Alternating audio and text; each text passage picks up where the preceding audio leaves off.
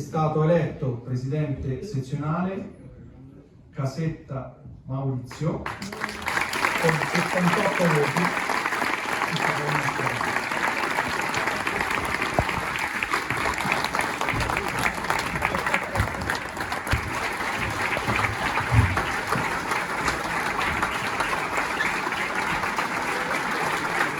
Maurizio Casetta è il nuovo presidente della sezione ANA di Vittorio Veneto. Abbiamo visto tanta emozione questa mattina.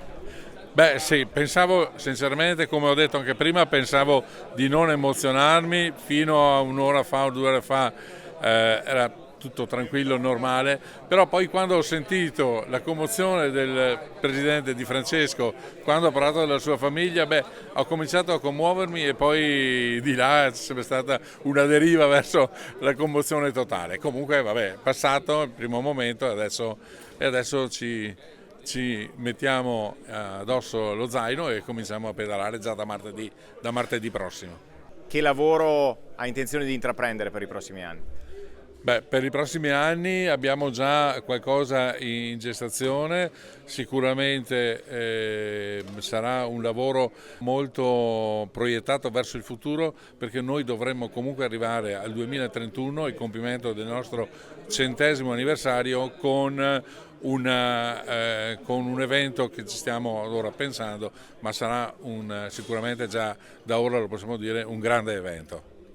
Che cosa si sente di dire ai suoi alpini?